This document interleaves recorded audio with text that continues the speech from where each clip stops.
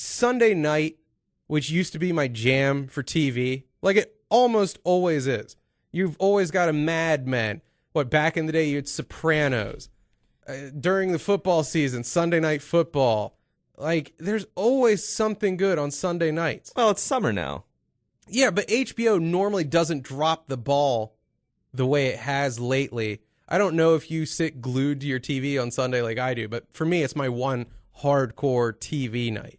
No, that's very different for me, yeah. Okay, well, we are dealing with True Blood segueing into The Leftovers. That is what we're getting on Sunday nights currently. Okay, I haven't watched True Blood in a very long time, since maybe second season. Like, start of third season, I kind of gave up on that soap opera. So, yeah, well, you tapped out at the right time. I got into it right after season 2 was done, and I watched seasons 1 and 2, and I was like, this show's amazing. Season 2 was great. And I was really riled up for... 1 was even better, for my money. And I was really riled up for 3 to come along, and then they're just like, oh, all of a sudden there's werewolves and fairies and crap, too. Rolled my eyes and turned it off. Yeah. That's what I did. I mean, there might as well have been little aliens with the big eyes and triangle heads just shoving metal rods at people's dick holes and asses. It would have spiked audiences in Japan, that's for sure. Yeah. No, for Japan, you would have had to have enemas, too. Squid enemas. I know how they like it in that weird little island nation. Oh, man. But then The Leftovers, that's a show that I've seen one episode. I saw the second episode. Also not impressed, so. It's The Leftovers. If people listening don't know the concept, I honestly, first of all, just say this. I don't even know if it's getting picked up, because that show must cost a lot. And I don't think it's getting big traction yet. The whole concept is on some day, I don't know, 3 years ago, 2% of the world's population just disappeared. It wasn't 2. I thought it was more. No, it's 2%. Oh, okay. That's it. But it was enough where the entire leftovers, everyone left behind, it changed life. You know, people lost cousins, sons, daughters, all that junk, celebrities. That's like one of the few kind of funny things they do in the show, but they do it almost every episode where they're just like, in remembrance, and they'll show a picture of Gary Busey, and someone's like, right. Goddamn, Gary Busey got taken. I'm just like, I mean, it's kind of good for like a throwaway laugh, but because it's supposed to be a rapture-like event. This is supposed to be somewhat was it a no one knows event? Exactly. Yeah, did God take people? Did aliens take them? What the hell really happened? And I only watched the second episode, but part of the preview was at the end of the second episode for the third episode that there's a preacher in this town that we're primarily focused on, who goes around passing out information to people, showing like this wasn't the rapture. Look at this guy. He abandoned his wife and kids. Do you think God really took this guy up for being a good person? No. Yeah. Well, that episode, I'm not giving anything away. That episode starts with him preaching to 4 people in his church on a Sunday. Yeah. And then some guy just has one, I guess, of his wife.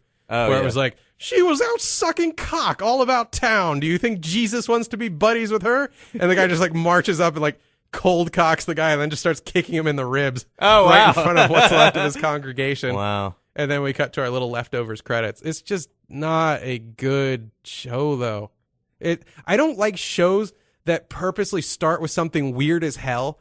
And then it's like, we're slowly going to explain to you what's weird as hell, but maybe you think you've figured it out, and you haven't. I guess Lost was the same way, and this was done by some of the Lost team. Oh, was it? Yeah, I watched a little bit of Lost. I got tired of it, and I laughed when people complained about the final episode. I'm like, what did you think was going to happen? Of course they didn't know what they were going to do with it. I mean, it blows my mind. If you want to just sit back and you watch that, and you're like, whatever the hell they do, fine. That's their creation. Enjoy. That's cool. If you're a passive viewer, I go nuts.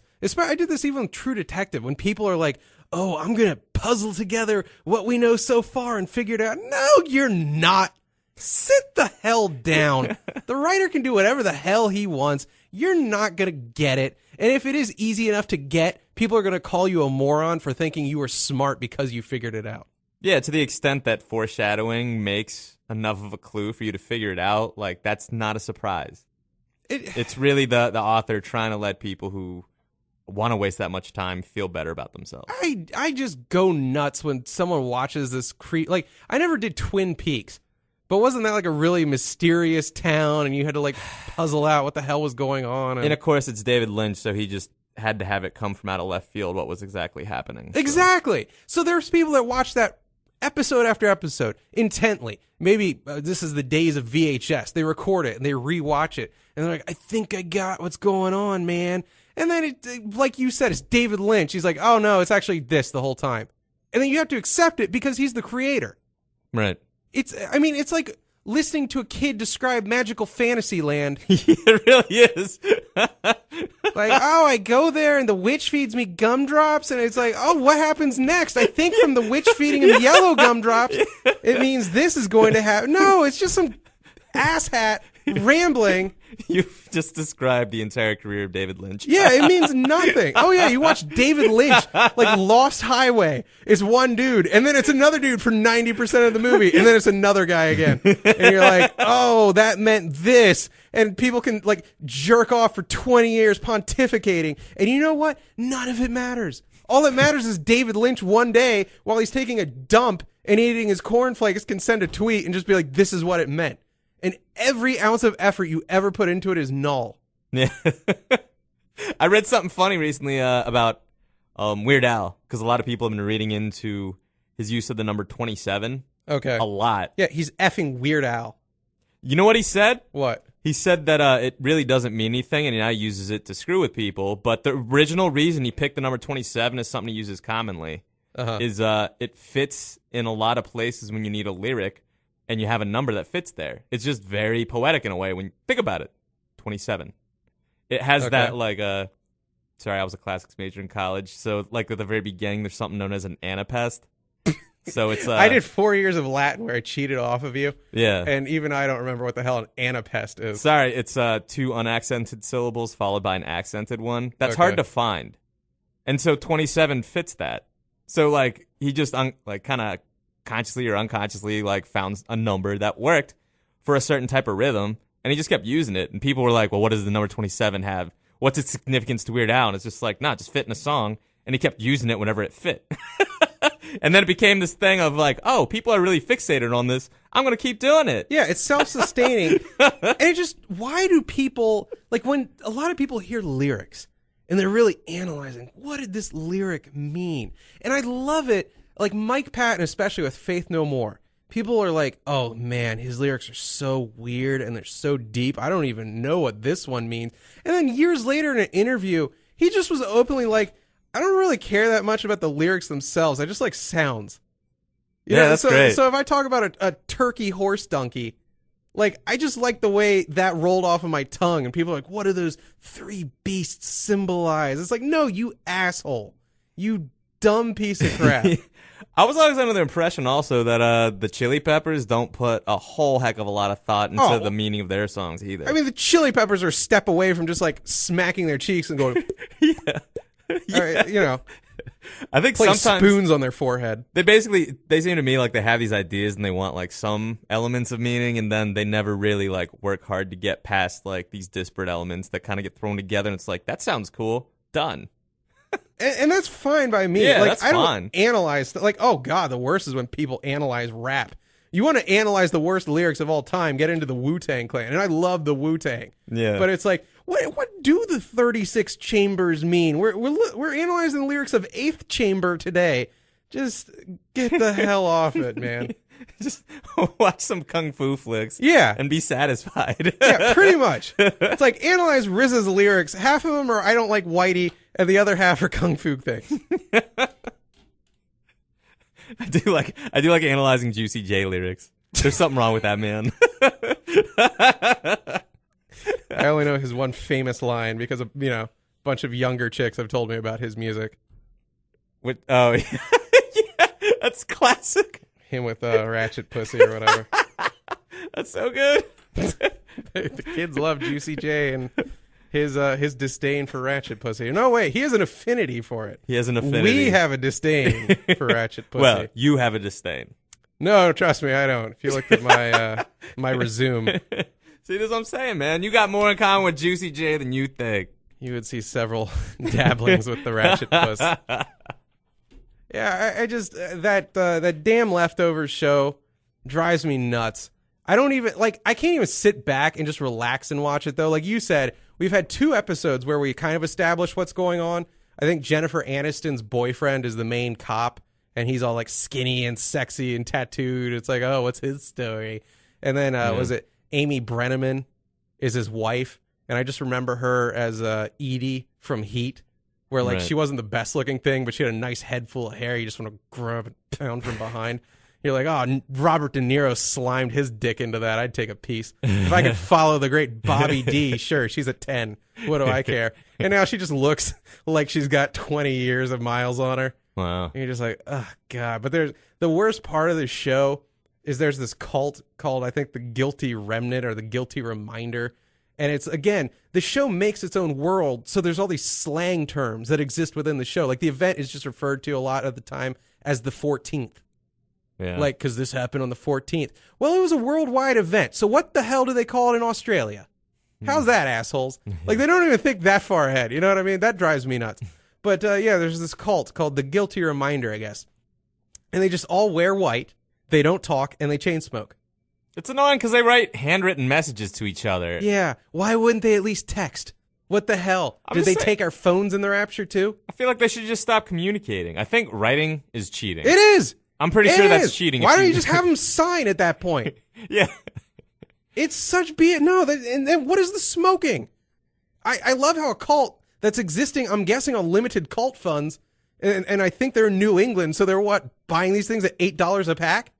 Yeah, show me the cigarette economics for this stupid cult. It's an arbitrary symbol to like show whatever it is that they're ultimately going to demonstrate. That's how much anyone being honest with themselves can say, Howard. It's a symbol for whatever it's a symbol of. Do I know what it is? Hell no. None of it makes sense. The real problem with that show, though, is like, am I really going to care by the time they reveal it? And the answer is, I think I've already stopped caring. I've tapped out 3 episodes in. I simply watch it because you could put, here's what it takes to make me not watch a show on HBO on Sundays. That gay show. And I'm not really homophobic at all. But what was it called? Waiting or Looking or Checking or whatever the hell. It was a one-word title from like 4 months ago. It followed Girls. And it was a half hour of gay dudes in San Fran. And I even tried to give it a whirl. Yeah. I started it, and the first 30 seconds is like 2 gay guys meeting in like a cornfield or some crap to blow each other off of Grindr. And I was like, wow, I thought watching Kids in the Hall made me kind of understanding and open about this sort of stuff. But obviously I was very incorrect. Good day, gentlemen. And that was it for my viewing of that, whatever the hell that was called. Looking, I think it is. Okay. You know we have one of those around here in Northern Virginia, right? There's like you can go to one of the national parks and like there's a parking lot. There's one apparently like near my house. Oh, near your house? I was thinking on the river. There's like a nice little overlook on the Potomac where like you can go get another dude who blows you. Yeah. Oh, that soccer field right across from Best Buy. If you're coming down Stringfellow and you make the left onto Fair Lakes. Oh, interesting. To get to Best Buy, the soccer field on the right. Apparently dudes pound each other in the brown all the time in the little bathroom on those premises. Ew, the bathroom? Yeah, they do it. That's gross. They bum each other, as That's the British gross. would say. I'm just saying, like, if you're going to do that, go to an open field overlooking the Potomac. You get a nice view of the river. Look up, see the stars. Look down, see a man with a 5 o'clock shadow sucking you off. I will never get the mechanics of gay sex. Like, I don't care if gay people marry, whatever, more power to you. To actually look down and see a dude's face with its stubble and its bad dude breath and it's sucking your dick, and that's what makes you happy in life. You know, I'd never really thought about the idea that you might be like, could you shave before you go down there? I never really thought about that. I missed that pamphlet. Yeah. Where just a dude is blowing you, and you're like, that is what's keeping my dick hard. A dude's mouth around my dick. That is what has me turned on right now. Yeah. I mean, theoretically, it seems to me like since he has one as well, he should probably know what he's doing, right? Dude, do you need a pussy to eat pussy properly? I mean, seriously, it's like, oh, finger the G-spot, lick the clit. When was the last time you got a good hand job from a girl? What's the batting rate? I'm sorry, what is the batting average for chicks? It's like almost nil, but I think that's more laziness than like a lack of understanding. I think it's a lack of understanding. Really? Like you think a dude realizes just what like kung fu grip pressure we put on our prick? Heck yeah. When we whack off? So dude hand job, he's really like putting his dude muscles into it. It's just mashing your dick, and you're like, oh, now we're cooking with fire, boys. Now the pop secret is firing. Oh, man. So that was the last show that you had to turn off on a Sunday before The Leftovers. Oh, I'm still going to sit through The Leftovers, trust me. Really? Yeah. Liv Tyler was looking pretty hype. Liv Tyler she's not Amy Brenneman territory, but that is not stealing beauty Liv Tyler anymore. where I'm gonna find a JPEG that's 200 pixels across, circa 95 of her with her tit out. What really bothered me is the entire second episode had a storyline with her, and really nothing happened in it. It's her process of joining the cult. Yes. And all I got at the end of the episode, and the reason I decided to stop watching it, was my feeling that this is not a television show. This is maybe a miniseries that deserved 4 hours of time. Thank you. And it's taken way too long to get where they're going. That should be 1 to 2 seasons. It's a half season. It's half of True Detective. That's what I decided right now. And I'll tell you the real problem. They got Andie MacDowell's daughter on that show, and she is gorgeous, and she has not pulled him out yet. And that is not acceptable. I forgot the That's dude. The only reason you're sticking around, isn't it? No, I trust me. If you found that episode where she pulls him out, I would just pop that on HBO Go in a heartbeat. No, I'll give anything. Like I said, anything HBO does, as long as it's remotely watchable to me, I'm like, what the hell? They're just demanding a lot of patience right now, and I don't think the payoff's going to be there. It won't. It's a make-believe show. Yeah. They could have Cthulhu or whatever. And he was the reason they're all disappeared. You wouldn't be able to say a damn thing because the creators and the people that film it, they're the ones that put all the effort into it. You could have a better solution, but they make it. And you have to accept as gospel what they do. Yeah. But yeah, that chick is hot.